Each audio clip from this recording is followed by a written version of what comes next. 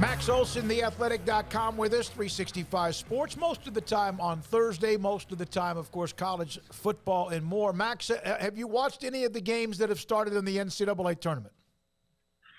Yep, I filled out a bracket. I think I got it done by 10 a.m. today. Pretty excited about that. And didn't know who was in the tournament, so I filled out the bracket. That was enlightening. And I did see what the Paladins did. That was real fun. Yeah, Furman is now at least the first member of the Cinderella Club, at least for this time. And I don't get too tied to the bracket I put together. Like once it actually tips off, like I'm really kind of just rooting for as many upsets. Yeah, just chaos, just absolute chaos. All right, so with the Stuart Mandel yesterday, the article that came out today talked to the Arizona president. There was an article yesterday involving somebody else with the Arizona president. I'm not sure how much of that you digested, but did you get anything out of what President Robbins said at Arizona? Yeah, President Robbins at Arizona, to his credit, went on the record in several interviews in the last 24 hours to really kind of lay out all the cards of Arizona's views on this stuff. I thought it was fascinating. I thought, his Q&A with Stewart, I think they probably talked for 15 minutes or so, all of it on the record. It was really interesting to get his insights on just where this stuff stands. And certainly I think the really relevant comments is that, he does believe that the Pac-12 ultimately will end up with a TV deal that's actually better than the Big 12s, which is interesting because it feels like for the last few weeks people have been sort of kind of bracing and talking themselves into this possibility that it could be less. Clearly expressed some confidence at how this is going to finish out. Even talked about, being the bronze medal winner of the Power 5 leagues when this deal gets done. And yet at the same time, acknowledging that, he's talked to Brett Yormark and lots of other folks, and that, really would not close the door on leaving for the Big 12, or at least is not, 100% committed to the Pac-12 until he sees what that TV deal looks like in writing.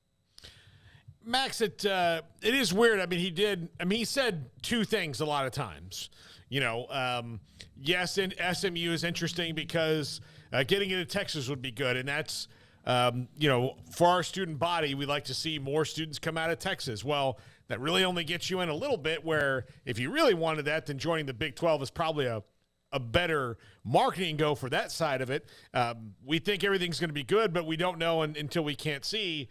I mean, he sounded pretty sure that things were going to work out for the Pac-12, but he stopped pretty short of saying everything's absolutely fine and we don't need to sound alarm bells.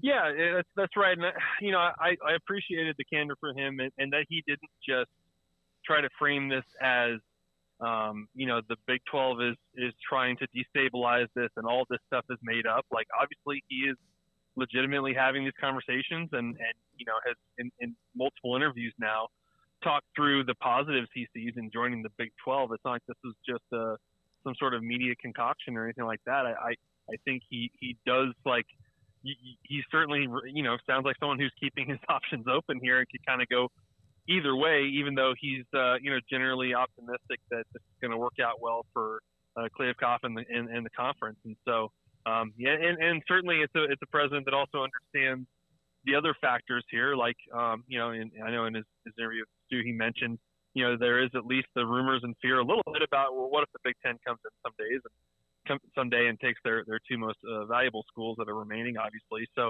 it's interesting, especially when you consider there's a perception that these Pac-12 presidents are really stuffy and really focused on academics. It was refreshing to hear him, get not just openly share his opinion and his views on all this stuff, but actually be pretty engaged with what's going on in athletics.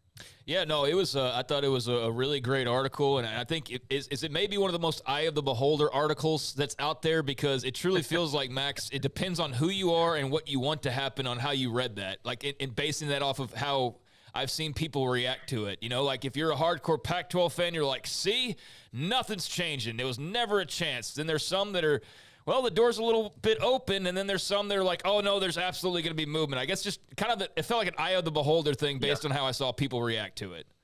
No, I think you're totally right. I think everyone, I like both sides of this. And it's hard to, you don't want to put too much stock on what's going on Twitter and how much, that's actually real life with this stuff. But like, you're right. I think you do see some people who are like very dug in and who read this stuff, and it's kind of that problem of confirmation bias where you read it and you're reading it to make sure that it aligns with the stuff you think or you've said in the past, and so you kind of you hope everything is in justification of what you think is happening. So yeah, there's been a lot of that because this stuff has just gotten so extreme, and certainly, but you didn't see Robin trashing Yormark in the Big 12 and saying, they're harassing us and trying to, break up our league and all this stuff. Like, I think he certainly, it's clear he certainly has flirted back in this stuff, and that Arizona has certainly, been engaged and seriously is at least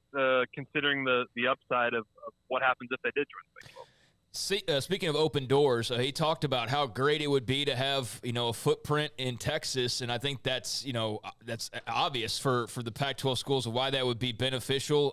And SMU's the only real logical candidate there. They were mentioned by name. He talked about them in San Diego State, but on your end, I mean, how much smoke do you think there really is? He said, they've got to get the TV deal done first, and then they'll address that. But how much of a fire do you think is there as far as the Pac-12 and expansion goes?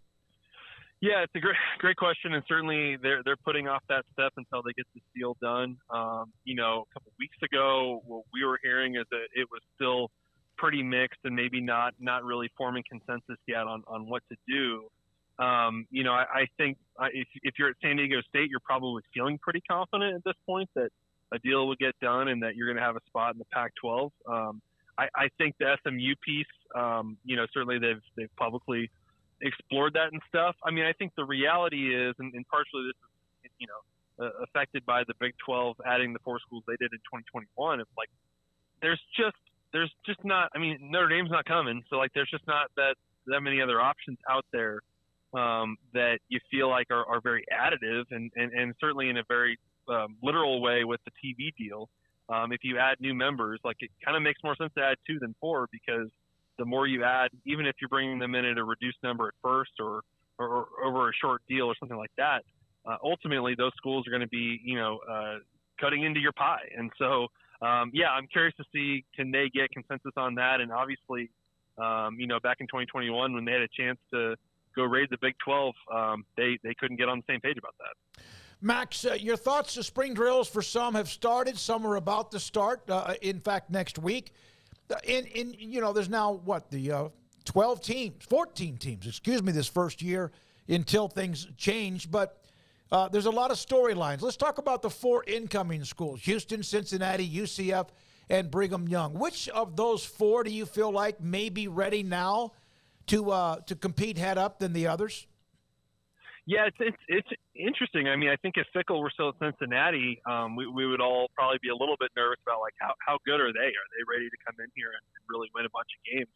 And so that transition, I mean, I think it's what's really helpful for all 4 of those schools is, look, BYU's played a lot of Power 5 opponents in the past few years, and the other 3 schools are led by coaches who have been in Power 5 leagues before. So I think they have a pretty good sense of what it's going to take to adjust.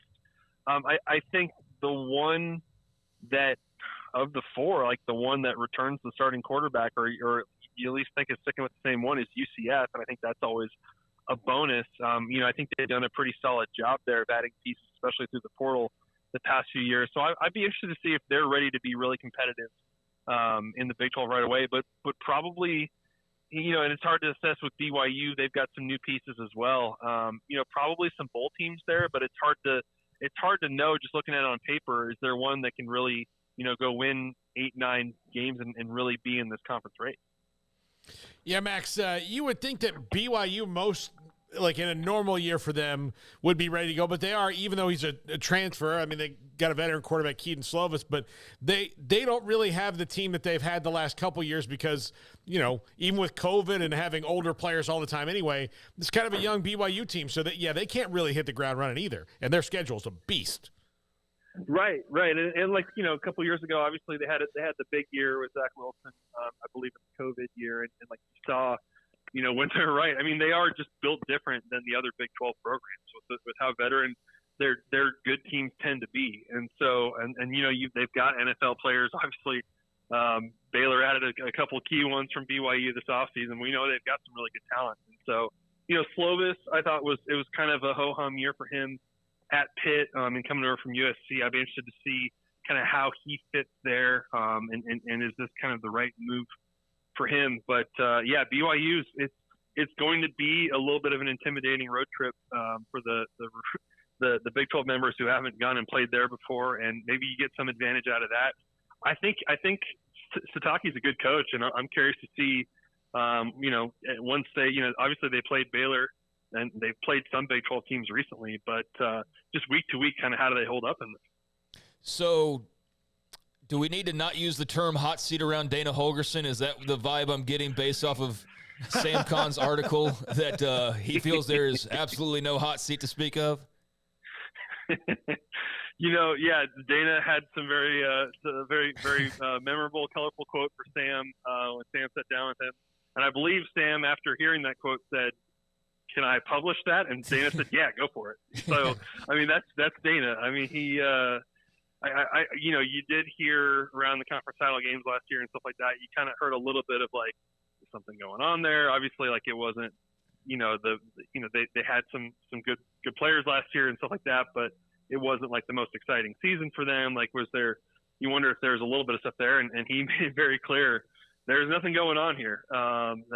He's, won 20 games in 2 years, and obviously they did a great job in 21. And I think, certainly he's been very realistic especially after their losses last year, like, no, the roster's not Big 12 ready. It's going to take some time. It's going to take a lot of great recruiting and a lot of improving and investing and stuff like that. But Dana sounds very confident that he will be the head coach of Houston a year from now. That's for sure. The quote that he gave Sam, everything we do is about next year. In my mind, you're bringing 50% of your roster of high school kids every year. That's signing up for the future. There are teams out there going for 75 to 90% transfers because they know they've got to win or they're effing done. That ain't me, brother. Also said, there ain't no bleeping hot seat in my mind. There just ain't. Yeah. There just ain't. And didn't he say he's got a ridiculous buyout too? Yeah, he did. For that. Yep. I mean, the thing with Dana is, the idea of being 50% transfers, like he figured that out eventually at West Virginia, and they became pretty reliably competitive. And obviously, the year with Greer and Sills and all that had a chance to almost play for the Big 12 title. Like, so he knows how to do it. I think he's got, Houston's a little bit different, but you can also get better high school talent there than you can in West Virginia. Like, he knows it just takes time, but the fact that he's lived it, like, I think he knows it's going to take time, but I know he's pretty confident that, like, he knows exactly how to attack this challenge. Yeah, he has the experience of in the conference he's about to rejoin. And Pesman, he's an acquired taste, but I know he is and what he is, and I've got a lot of confidence in him. I know we've got a great coach. I know that he knows how to win it, particularly where we're going. It's a great article by Sam. He did a hell of a job in The Athletic with that on Holgorsen, who he doesn't really do a lot of these. He's kind of I don't know how available he normally is, but it was a great stuff by Sam Kahn. Anything else, Paul? Well, do you guys think that Houston could be one of the best programs in the Big 12 within a few years? Like, I don't think that's impossible. No, I do. think, absolutely, I absolutely think if they they get a court, it depends on the quarterback play like everywhere else, but no, I think so. You hit on a Greg Ward again.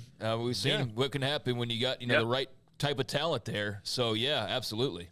And Max, I think what he also, Dana, is confident in is that he says, yes, I got a huge effing buyout or whatever he said, but he also only has to worry about pissing off one guy, and that's Tillman Fertitta. Right. So as long as Tillman Fertitta is cool with Dana, then Dana's cool. That's right, and I think Dana genuinely does love this job. Like, I don't think that he's by any means going to mail it in with this thing and just think I'm set. I think he's very motivated by he wanted to get Houston to the Big 12. And I think he's like, I've just every conversation I've had with him since he took that job is just like there's no comparison in terms of just what a better fit this has been for him so far, and then the opportunity there compared to his time at West Virginia. So really eager to see especially like you look at 21, I think you know the knock on them was like, oh well, the strength of schedule wasn't very good when they won that many games, and so it's about to get a lot tougher for this program. And at the same time, over time, as we've seen with TCU, like you give them those resources, and eventually they, if they make the right investments, have the right leaders, put it all together, Houston could be a problem. And they have admitted that they have to get ahead. We have to get better when it comes to facilities. Pesman said that. Obviously, Holgerson said that. Everybody's having their arms race. And Oklahoma State, $300 million here. Oklahoma's leaving for a different conference. They've got theirs. Baylor's building the new football ops center, and Texas Tech just unveiled theirs. Everyone's doing something, and now Houston's got to play catch up to the catch up. And I'm sure that they will with the boosters that they have. Max, thank you very much, buddy. Appreciate your time as always every Thursday when we get you or whenever it is. Thanks, guys. That's Max Olson, theathletic.com. It's a great, if you haven't read it,